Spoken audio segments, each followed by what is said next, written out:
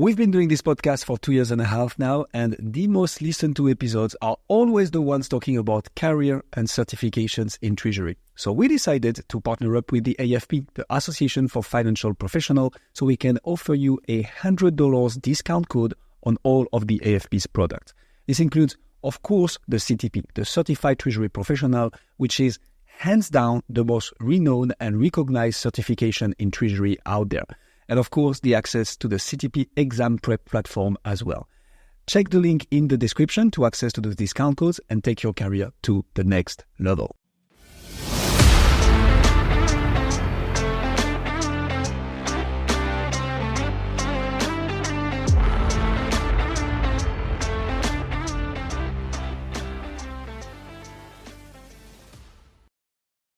Alex, thank you so much for coming on Corporate Treasury 101.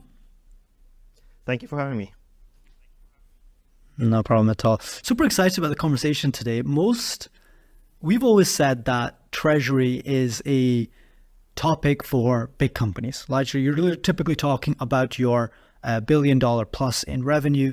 That's typically always the benchmark that we always talk about Treasury. Now, in our very first episode, we did talk about trying to translate Treasury in the context of a small company, like a cafe, for example. And what that means in terms of managing your treasury, payroll, cash. If you have multiple branches, how would you do that? If you're an international cafe, how do you manage that?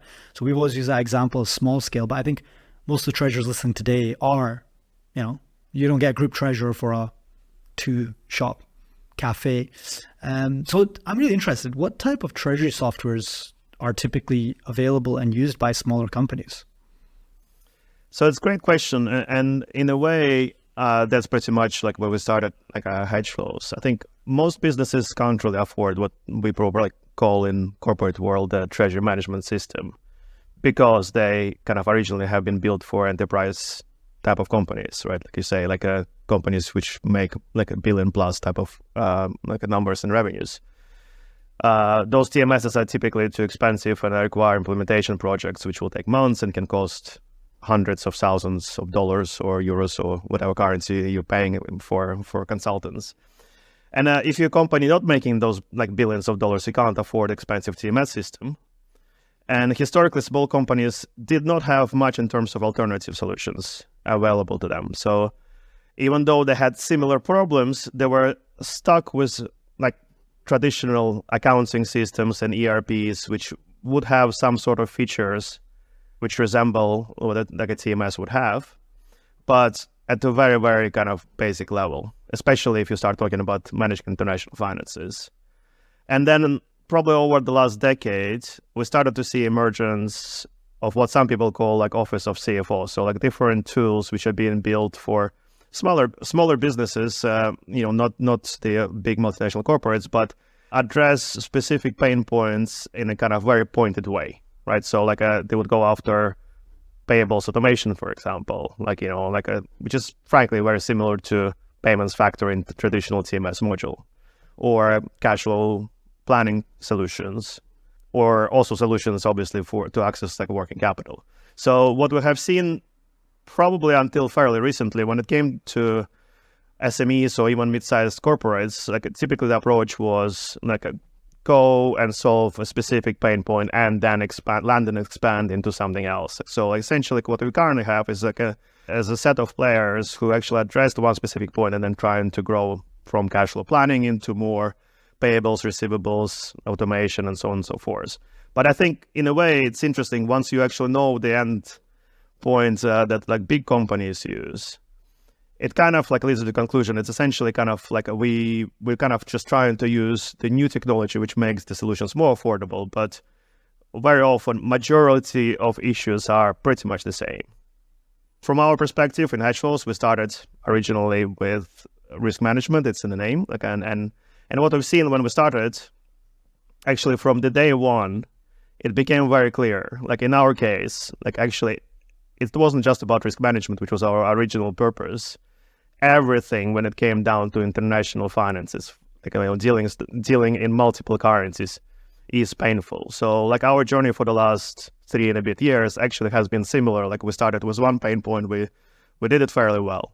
And we having our clients coming to us. What about this? What about managing my deposits now? Like obviously now the rates no longer at zero. Like what can I do to manage my free cash better? Or what can I do to plan my kind of liquidity in multiple currencies without making it too complicated? So I think we kind of, as I said, we're evolving towards kind of a similar solution. It's not going to be possibly called treasury management because very often when we speak to smaller businesses, the reaction is like, well, I don't have a treasurer, why do I need a system? Reality is, I'm sure we'll talk about it, is like, well, actually, you have still the same needs. It may not be called the same way, but ultimately, you're solving the same pain point. So how do you define an SME in this case? If we just go back to like, as of when does this kind of thing become interesting? Yeah, so what we found is that we actually started hedge flows because we saw how difficult it is to sell risk management to SMEs. And by SMEs, I mean, kind of like originally we thought it would be like probably relevant to businesses from 1 million in turnover and more. And what we have learned actually, when a business is probably below 10 million, they have a lot of other problems they need to sort out first, right? So when it comes to hedging, it was probably not the top of the list. They possibly could save money on international transfers, so they may benefit still from payments automation, etc. But like hedging is like typically not the top of the list, unless obviously we just had a big currency crisis or something like that.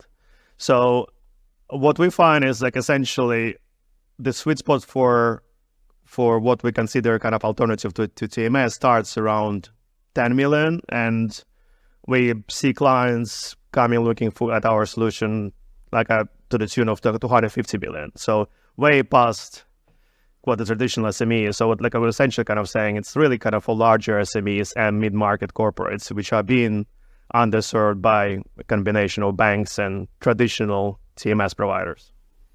And do these guys have like unique needs? This is a bit of a backward question. Typically, I can understand, and most people can understand that as you become a bigger company, you have more needs and you have unique needs from there. Are there any problems that smaller corporates have that the larger ones don't in terms of their treasury? Would you say that? Well, I think they have all the same problems, but like depending on the industry and size, they may be kind of showing up in a different way. But start with payments, right? So like if you're in business and you're doing payments, you're doing hundreds of payments, right? And if it's domestic payments, you probably can easily connect to your bank's portal, be it iPortal, bank line, upload your flat files in there. Not that it's probably the most modern way to process the payments these days, but it kind of works. But when you start doing international payments, what happens, all of these businesses still kind of having to key in individual payments one by one and use the templates in kind of these portals, which probably is similar to how kind of larger kind of corporations were doing it in the past, but until the kind of emergence of payments factories, right? So in this day and age, and that was probably one of the biggest surprise when we started, is like, we didn't expect this still to be happening. But, it's true that actually even the businesses of 100 million turnover don't really have easy ways to process international payments. To me, it was a very, very shocking situation to be in, but it was a fairly easy kind of magnet for us to be able to start getting clients where they can just easily connect, integrate the ERP, like select invoices they need to pay, process them in multiple bulk functionality across different currencies. Risk management even worse, right? So, if you're in an industry which is exposed to currency fluctuations, you would actually argue that smaller businesses are more exposed. They are more fragile. They kind of don't have access to capital or lending. If, for example, their cash flow has been affected by a sudden currency move. So they have the same problem, but an interesting fact is, and this is British Business Bank survey from a couple of years ago, only 4% of UK SME exporters, so by construct, they typically have a currency risk, actually manage currency exposures, right? And when we started hedge flows, actually, we found that the reason really wasn't that they were getting bad prices or lack of transparency, even because they kind of have a mechanism of shopping around and getting the transparency they need. It's really the biggest problem was, they don't really know how to do it. And that's possibly one biggest difference between larger corporations which can afford to buy a TMS, that already helps. But more importantly, hire a team of trained treasury specialists. The starting point for most small businesses is like, yeah, hypothetically, I understand that can help. I've been sold this by banks, by FX brokers, many other providers.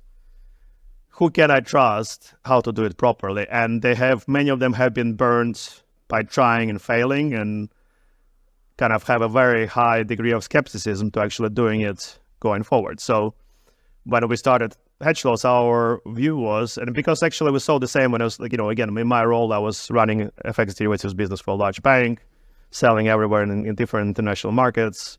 We sold to large corporates and had fantastic relationships and feedback from them. But when it came to trying to do the same in terms of risk management to smaller businesses, clearly there was some sort of information gap between, like, we never knew kind of when to approach the clients when they had the need, and they kind of didn't know what good looks like. So our approach is actually technology should empower these smaller businesses to learn and start being able to decide what's right for them rather than being sold to. I really like that. It's an interesting perspective. So the smaller companies typically don't have access to this, obviously the same working amount capital that a larger company would in most cases. And a lot of products perhaps are also just off limits to them inside the banks because banks aren't interested. They're too small to be profitable for them. So they perhaps don't even have access into those rooms, into those calls, into those products that they perhaps need to be able to mitigate thing. And then I like what you said there, is like every cent counts more in a smaller company. So it also gives a bit of unique criticality, right? Yeah, and it's interesting what you said in terms of like banks perceiving it as not worthwhile exercise. And I think, again, from my own experience, banks have been trying to do it, but it's essentially kind of, in a way, as long as you're trying to do it through the traditional sales relationship model, it's a lot harder to reach so many smaller businesses, right? So, and again, like you sort of, like essentially the challenge is banks don't know enough about their SME clients. So like my example I use very often, like when we were dealing with large multinational corporations and for example, at some point there were concerns about, Chinese renminbi revaluation. The bank would afford to fly me over to the West Coast to see a large corporate to talk about what they could do about it, because obviously the bounty was worthwhile to kind of send some senior trader to speak about what can be done about it.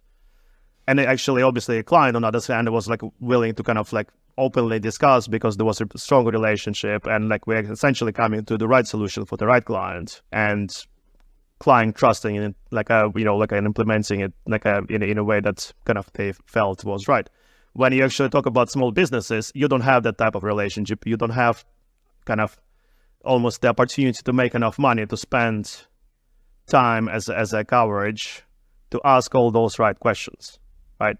So like what typically banks or kind of like other providers will do is like they will try to periodically call and see like, can we do something for you? And that is a sales call. That's just trying to get the business, right? While actually it was all kind of, everyone knows that it's a lot easier to sort of to sell your product when you actually have it at the moment of kind of whether it's pain or kind of like a need or however you call it. But ultimately, most adults are able to decide themselves when they need something, right? So as long as actually you give them the tools to be able to do it and learn how to do it right, that's what ultimately works. Again, sort of another example I use is like, this is what Xero did with accounting software, where effectively previously kind of small businesses had to pay for accounting services, which were kind of very mundane and routine tasks, but, like used to cost a lot of money to accounting firms. Solutions like Xero actually, by offering the tools which pretty much anyone can use, move that service to businesses themselves, while actually accountants are able to refocus on more value-add services instead. And I think we're kind of trying to do the same with our technology when it comes to bridging the gap between the banks and kind of smaller businesses. No, it makes a lot of sense. And so these companies, don't really have treasury departments, right? They have, I guess, the CFO. That's the one that manages the treasury. Could be called CFO. Could be called the finance director. right? Sometimes not even like those, like some companies will just have a finance manager.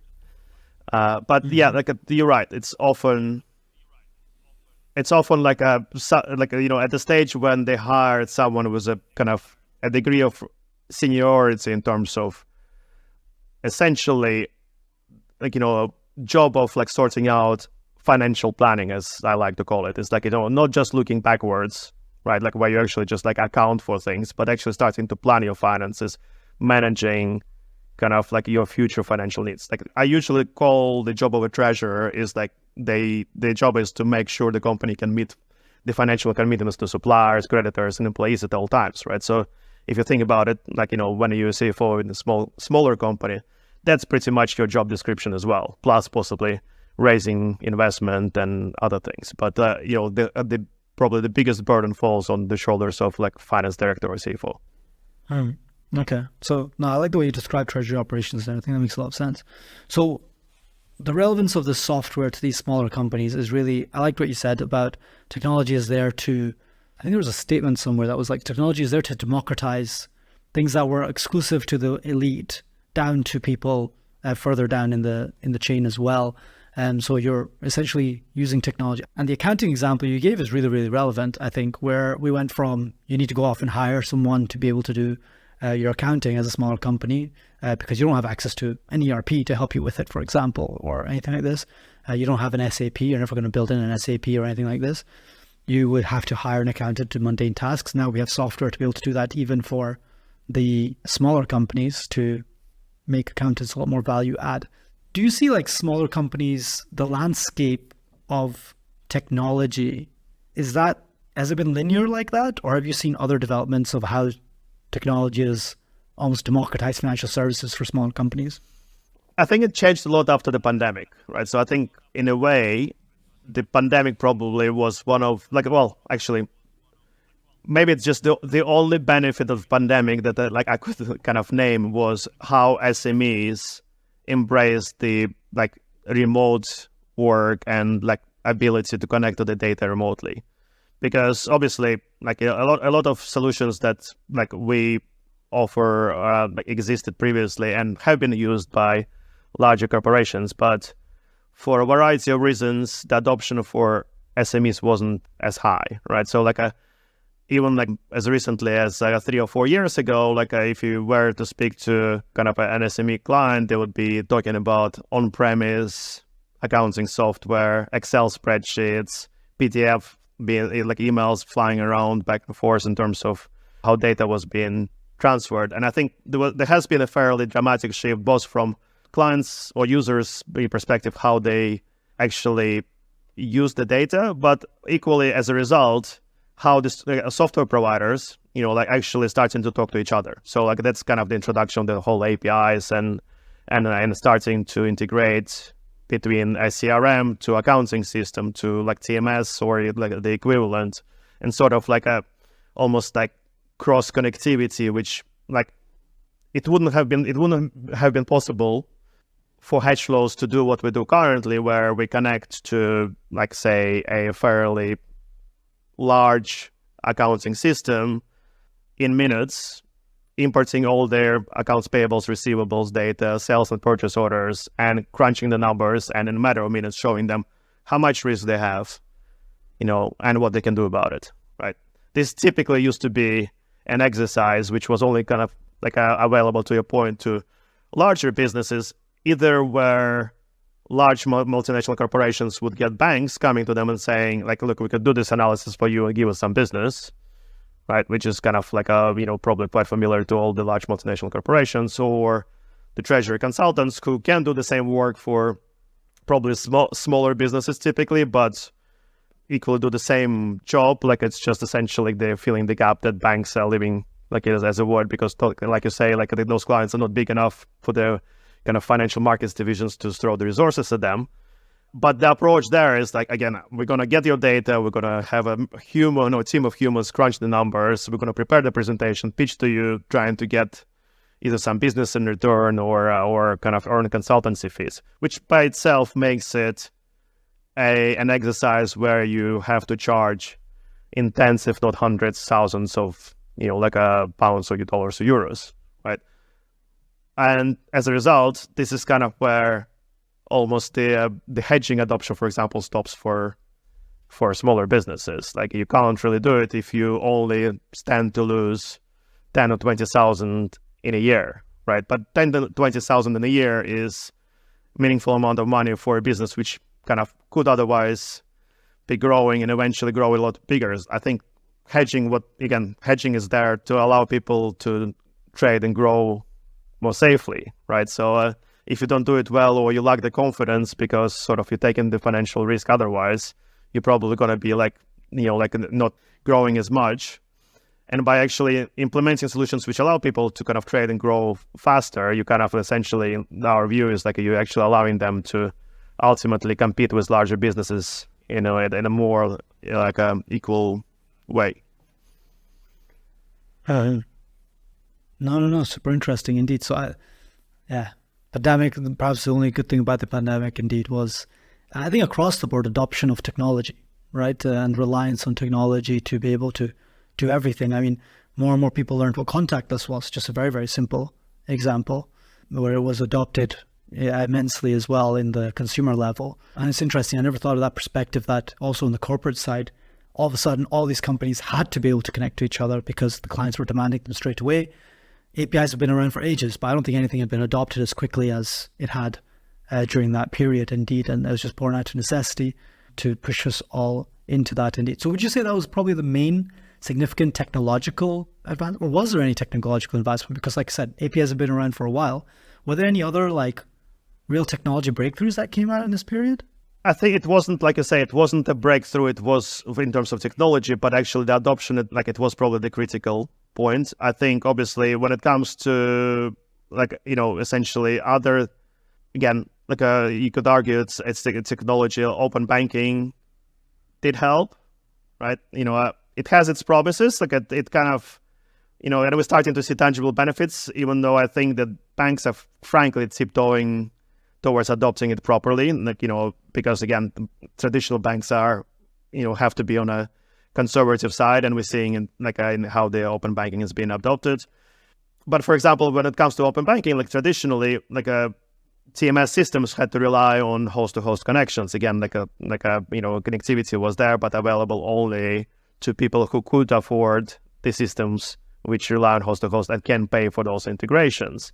Open banking easily makes it a lot more accessible to a lot of solutions and ultimately end users to connect to the data, to leverage the data, to do analysis, to automate processes, and so on and so forth. So I think I'm kind of hoping it will actually continue to produce more results. It's definitely a pretty, sensible initiative. It's just probably one of those where trying to impose it on banks just takes longer than everyone hoped when it first started. And second, obviously, frankly, obviously AI has landed with a splash last year. It will have huge consequences for how we do jobs in finance, right?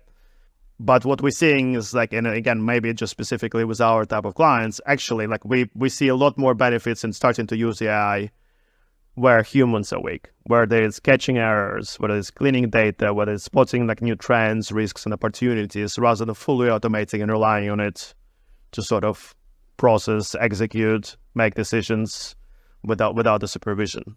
I'm definitely in the camp where combination of connectivity and availability of data, kind of almost like robotic processing and automation in general, helping, and AI is almost the next level of actually both combining the spread of knowledge and best practices to kind of a lot smaller businesses and empowering them to do stuff which they otherwise wouldn't never be able to do.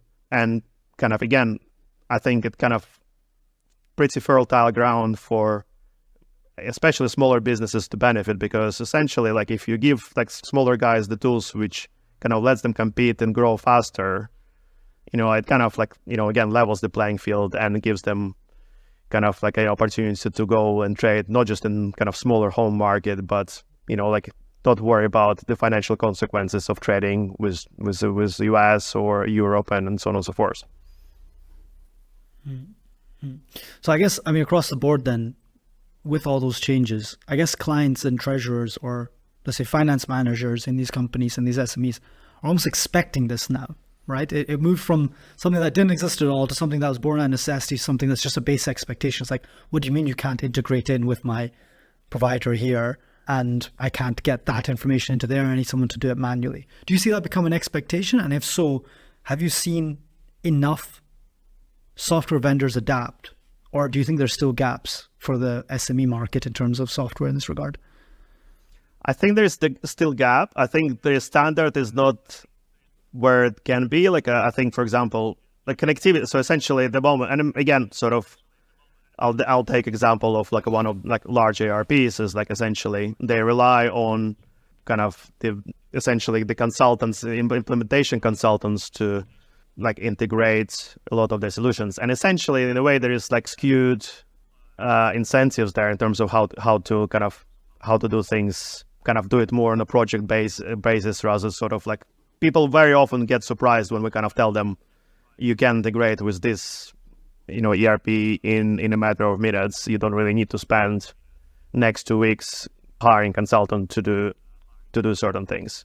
We had examples where someone like a large client of ours has moved from Xero because they grew so fast to Dynamics, and they actually been able to port what they do with us in a matter of 2 days and kind of spending months to do some of the other functions that the finance team performs. So I think, there's definitely still a fairly kind of diverse, like a degree of like sort of, I think, embracing it, especially to small businesses, possibly just because like, again, like, people see opportunity to make money otherwise, but like opportunity is definitely there. Like, I guess like one of our competitive advantages we found is actually like with small businesses, like one of the biggest challenges they have is they're time poor. Like I thought all finance people are time poor, even like a large corporates, until I saw kind of smaller businesses. They run 16 jobs at the time, and essentially for them, a project, even 2-week project, is a long project, right?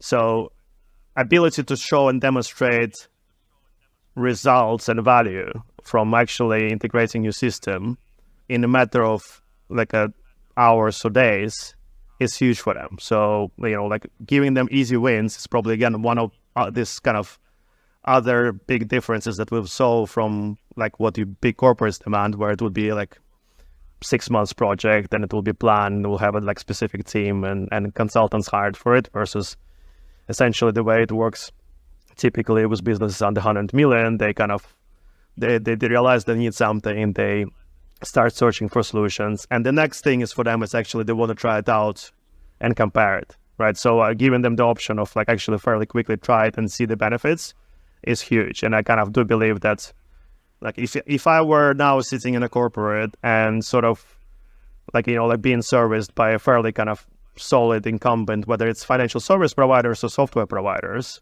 I would be looking at actually experimenting with tools which have been built in the last, say, probably 5, maybe maximum 7 years, where effectively they tap into this like recent recent trends, whether it's, we talked about APIs, cloud-based solutions, increasingly the adoption of AI. And I think that's where actually you get the most value for money from the technology you're buying, right? So because essentially if you're more established incumbent, again, servicing SMEs is hard, right? It's probably kind of well-established fact that actually, like, once you established your foothold in SME market, like typically large players become a lot more cautious and stop innovating as much as kind of otherwise, like, like they're kind of new, kind of like startups, like in our case, like, like we're always kind of bringing new stuff out because we need to get to a stage where you actually can sort of like show that it's 10 times better than their existing solution. And like, definitely if I were to give one advice to your listeners is like there are tools out there which are fantastic, not just hedge flows. So like, the best way to actually approach it, obviously read reviews. If you're using ERPs which have marketplaces, like read the reviews there, kind of book the demos, have a look and try it, right? Because, like our best clients actually found us themselves, but because they had specific needs. And kind of as more startups, like you can almost see like when actually the client has a specific need and they're very quick to integrate and start using a specific feature, from there, it kind of actually kind of like snowballs into kind of mutual benefits, and like, you know, clients start to unlock more benefits. They see the value, they start to trust your solution. And again, the way we do it, we actually, even though we predominantly our biggest expertise is in risk management, a lot of clients will start using us for a simple thing as payments automation.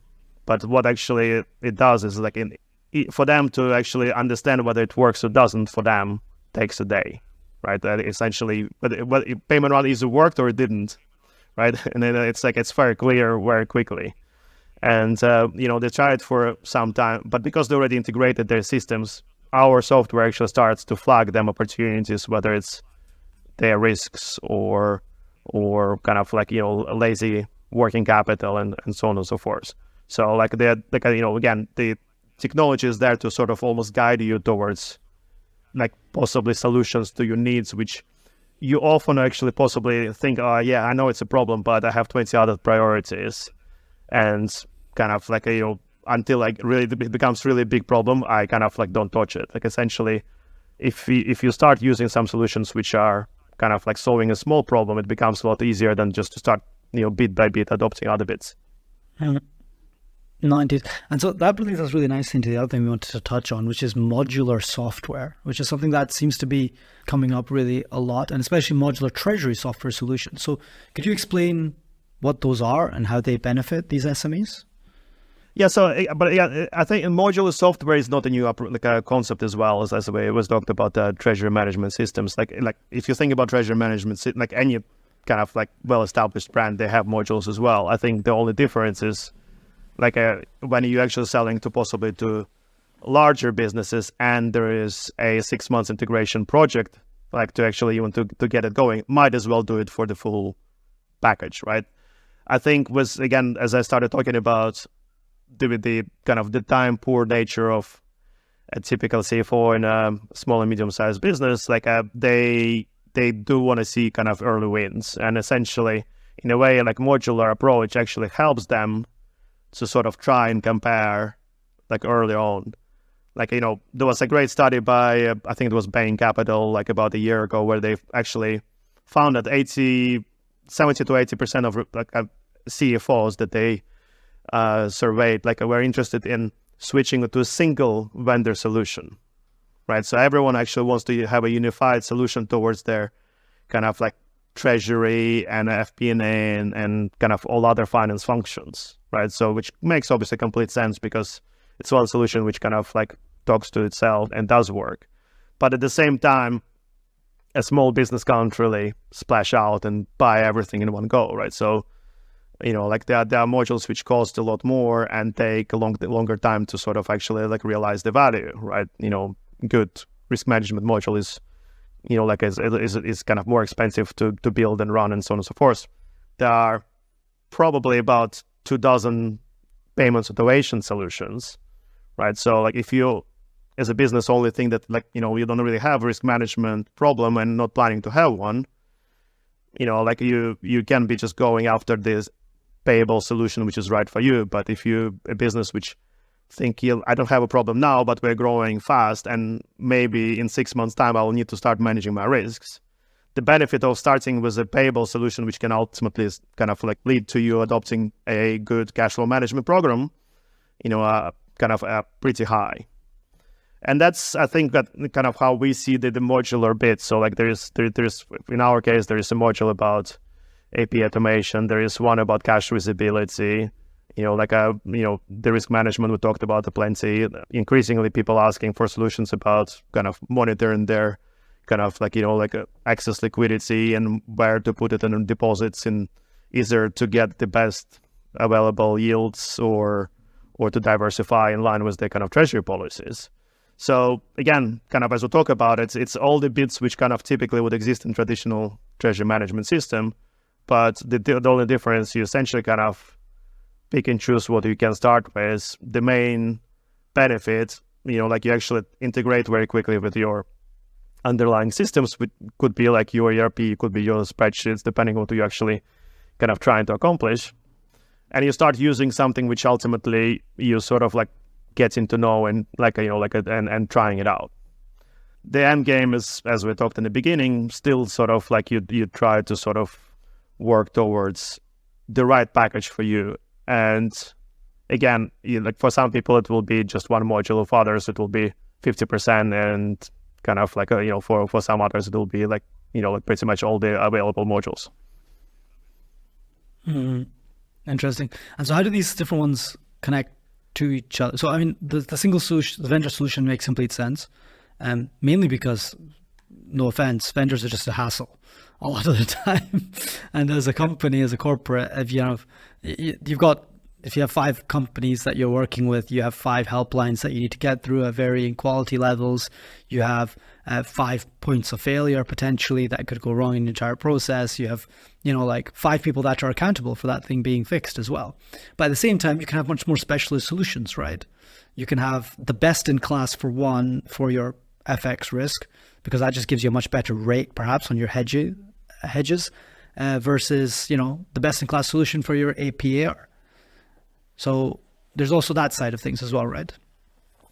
Yeah, absolutely. And then that's where, again, sort of like the trade-off really lies into sort of understanding and kind of what your kind of almost like future needs may be, and also asking what are, like the product roadmap of a potential kind of software provider you're considering. Because as we discussed, like actually, especially in SME space, it's a bit of a sort of like race to build an equivalent of kind of TMS, right? So like they did pretty much everyone you can think of are sort of like adding more features every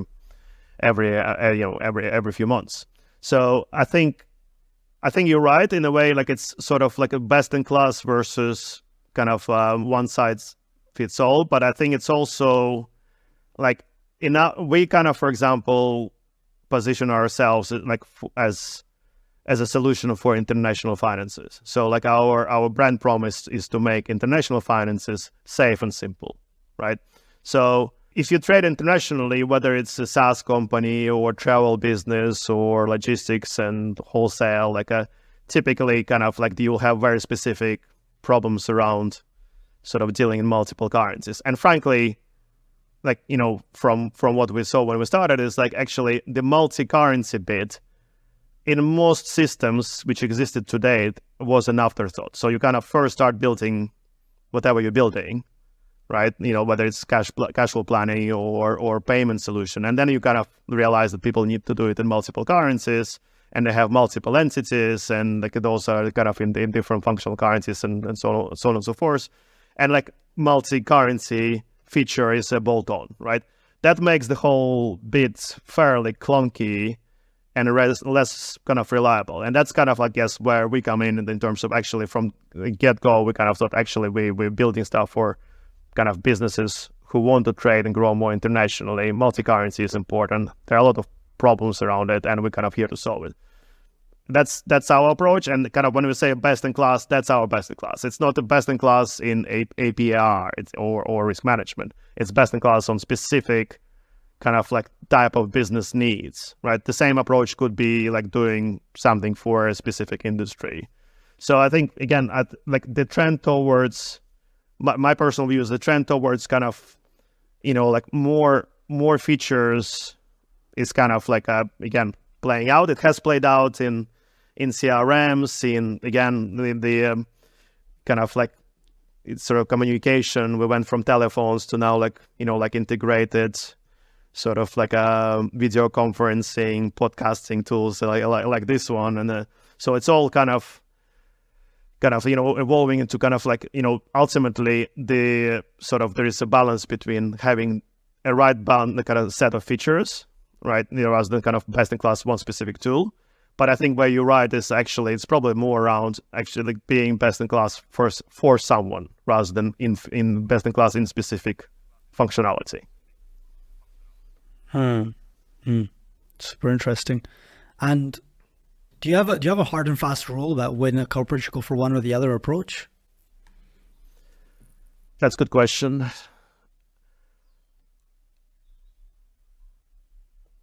I would probably say, again, like probably showing my financial market stripes, I would go with like a return on investment as the main metric. So like ultimately the higher uncertainty, and again, like, like I'm a former options trader, so like, essentially trying to guess what you'll need in the future is guesswork, as predictions are involved, and so kind of ultimately, if you can demonstrate that there are greater returns and sort of like then trying to guess how much extra you're going to get from extra features, that's what I would be trying to focus on, rather than sort of like essentially, like, again, thinking about SMEs, like they are not exactly kind of cash rich as well.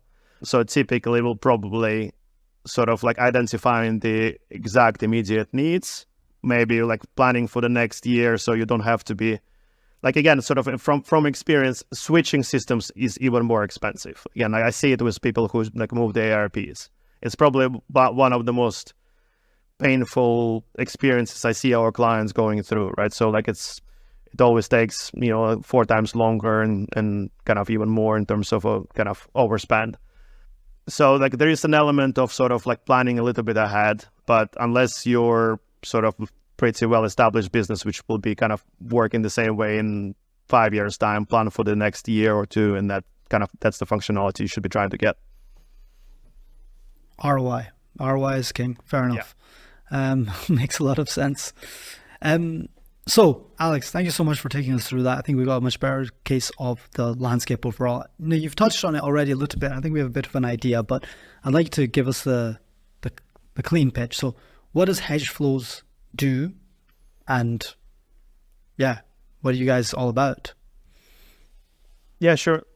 So again, we started hedge flows like almost 4 years ago now, after like my co-founder and I had like 2 years in banking and financial markets. As I mentioned, like we were essentially helping, we were on the trading desks, but as we became senior, kind of anyone senior becomes a salesperson, so we would actually have to go and speak to a lot of multinational corporations and present on different kind of workshops and conferences.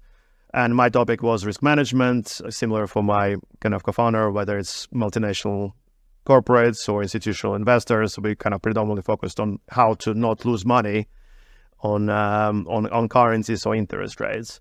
And original kind of idea behind hedge flows, as I mentioned earlier, was like, how do we actually make it easier for smaller businesses to do that, like i.e. risk management. So, and it is still kind of one of the probably biggest USPs of what we deliver. So we kind of give people the confidence. I like how one of our clients described, like, we gave them the confidence to do the right thing. So like they knew theoretically they needed to do something. They actually used some FX brokers who kind of like promised them how to implement hedging, but kind of like, again, like because of this kind of dynamic where kind of in this case, the brokers didn't know enough about the clients, like it didn't work.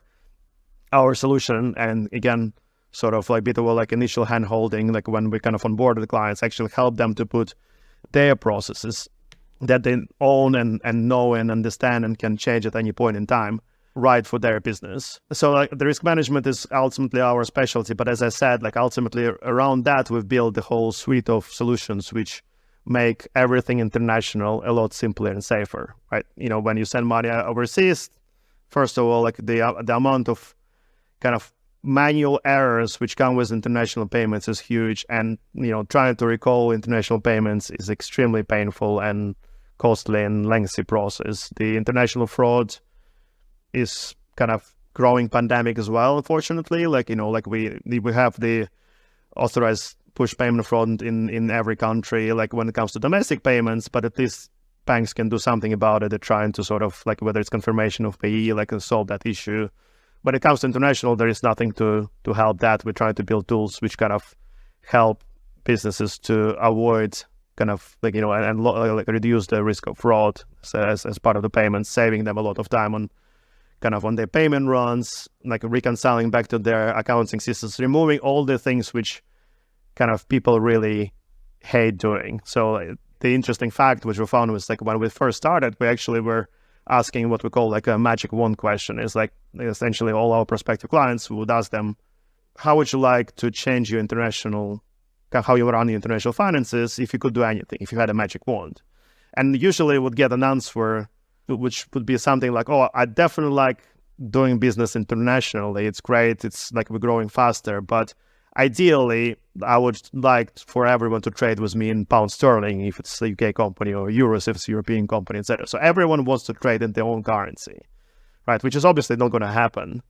And as we kind of try to dive deeper on like why it happens, it was actually quite interesting. And this is again where kind of like we were asking questions about the risks, and people was giving us like a list of their pain points over the time. It's like, again, I talked about the fraud. I talked about reconciling the right numbers to their accounting system, planning cash flows in multiple currencies in presence of currency volatility. How do you set up your budget trades, and how do you plan your cash flows to reduce what typically large corporate would know, like, manage your kind of like, financial kind of statement volatility from one period to the next. Large corporates, obviously it's a hedging program. So all of these things essentially something that people kind of actually get anxiety when they talk about it. And it's natural. It's sort of like foreign in the name. So like foreign means kind of like I know less about it. And like we kind of like essentially use the technology to do that, to let people automate a lot of it, right? Sort of crunching the numbers, automating processes, reconciling back automatically to their systems, giving them alerts, producing the reports, so that actually they don't have to do it themselves. So I would say kind of typically clients come to us either because like they kind of grew to the size where they want to start managing the risks, or someone on the board is starting to ask questions about why they have financial kind of volatility they didn't want to see otherwise, or they want to do it better. Or smaller businesses would also start by saying, okay, actually, I have all these payments. It takes me like kind of 5 days a month just to process, like a dozen payments per week, sort of like to international banks, and then sort of like reconcile it back to my system. So like removing all this kind of otherwise kind of like redundant processes is kind of what HedgeFlows does. But also like we essentially help kind of like, a lot of small businesses learn about the best practices that their kind of bigger peers have. And so what's the, how do you link that with all the different topics we touched about before? So you said before that you're really a specialist, you're a best-in-class solution for your FX risk management, right? All the topics we've talked about, can you relate like HedgeFlows back to those? Like how do you fit those together? Yeah, so I think like the ability to show the value very quickly, like as we talked about, like SMEs are ultimately like time poor and they want to try something fairly fast. This is probably was like one of the cornerstones how we build our solutions. The focus on almost like giving them the tools and almost teaching them how to use it in a technological way so they actually can start doing it. Like we talked about the Xero example. So we're kind of like pretty much doing the same thing. We're trying to empower them to do as much as possible. We're still there. So like we kind of, sort of like we have a team which can get on a call and help kind of our clients with the issues they don't know what to do. So it's almost like what banks would do otherwise with their kind of larger corporate clients. But the only difference, like we actually then can get the same our clients get and see actually what their risks are. And we're no longer talking theoretical, what I should do it. We're actually giving them advice about their business, not a generic advice how to build a balance sheet hedging program or how to set up your kind of approval process, right? So like the ability sort of like because the data is already connected, gives us sort of a lot more insights and ultimately helps sort of kind of guide our clients, to do like the right thing and establish the right processes. And, we're working towards, partnerships with banks and other providers as well. So like we talked about the connectivity. So from my experience, there is a reason why banks have been slow in rolling out some of these features. We're talking about difficulty of servicing SME markets, but also it's, again, like if you're a large bank, you're sitting on legacy systems, everyone knows about it. But we probably got to a point where kind of banks and like sort of like starting to engage more with fintechs. And that's where we're trying to play in, is ultimately connecting banks with their SME clientele and helping both sides ultimately to extract more value from kind of essentially rolling out the solutions that their bigger kind of clients already have. So, and again, I think from what I saw, like, again, another typical example, I talked about 4% of SME exporters hedging. When we look at our own population, we got this number to 70%. So we showed already that actually, if you give the right and easy tools, and you actually use the data that our clients kind of have, and essentially just crunch and show them the numbers, they come to the same right conclusion. But because they haven't been sold, right, they're actually a lot more willing to start doing the right thing themselves. And idea ultimately is partnering with the banks. Like, there is a huge kind of opportunity with hundreds of thousands of SMEs just in the UK to kind of start better managing the risks, planning their kind of future cash flows, and grow more internationally. So my only question overall, I think it's amazing what you guys are doing. I especially love the overall idea of bringing those tools that are available to the bigger players down to the smaller ones, right? And that they're there because they're useful. So it's just about an access issue, right? And that's where technology is playing a big role. And another reason why they're not there, though, is because the SMEs, the volume of their transactions is just much lower. And therefore, the spread that you have on each deal is just much smaller overall, right? So how do you tackle that? Is it just a matter of, is it more expensive as an SME versus a bigger player just because you're dealing with lower volume? It might still just be 0.5% or whatever, but it still has to be a little bit more just because the margins are slimmer? Or can you really achieve the same cost structure? And again, this is where technology comes to play. And the answer is yes, you can achieve a lot lower cost structure. So if you think about it, that's what Wise and Revolut did for retail, right? So it's, and I have been saying this for years, more than a decade now, like that actually, if someone does the same for SMEs, kind of like it can be even bigger. Like ultimately, the difference, I guess, to when it came to retail with effects, it's like, okay, you just offer like lower spreads, and you give them good kind of UX and ease of use, and sort of like it spiraled, and eventually it took a long time, but it works, and they have proven the fact that actually HSBC now uses a fintech technology to roll out a competitor, to Wise and Revolut, hasn't been gone unnoticed for me. Like, they're not using the old legacy systems. They had to do it using the fintech solution behind.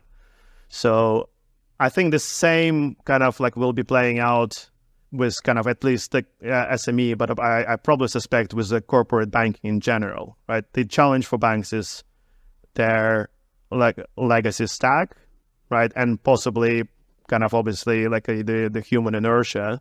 But again, what we're doing is, if you think about it, it's like, instead of trying to call the client every day just to try to learn about them and get the business and give them the right advice in the right time when actually there is a need for advice, which is obviously not a sustainable model with small businesses. That's why it doesn't really work.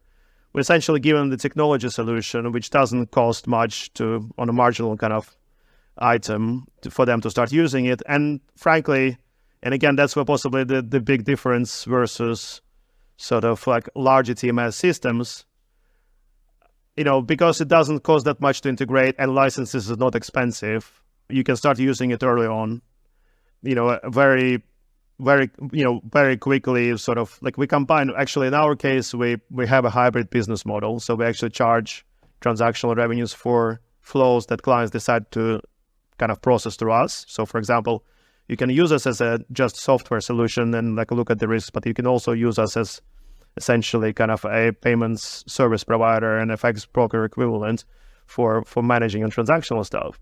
But a hybrid revenue model will give you the right sort of value spread between what clients extract and ultimately at what we get paid for delivering better technology and a better service to the end users.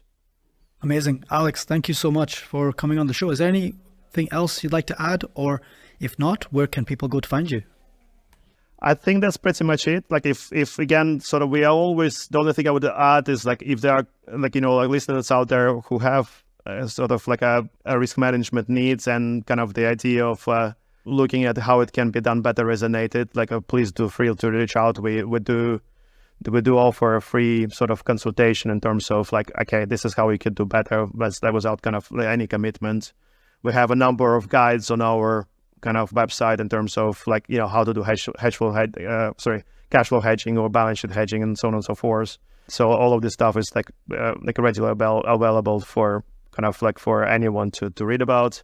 And where to find kind of like me or us, like myself on LinkedIn, like Alex Axentiev, and our website is hedgeflows.com. Yeah, please do reach out, and we're looking forward to kind of hearing from everyone and speaking again hopefully soon. Amazing. Alex, thank you so much for coming on the show. Thanks again for having me.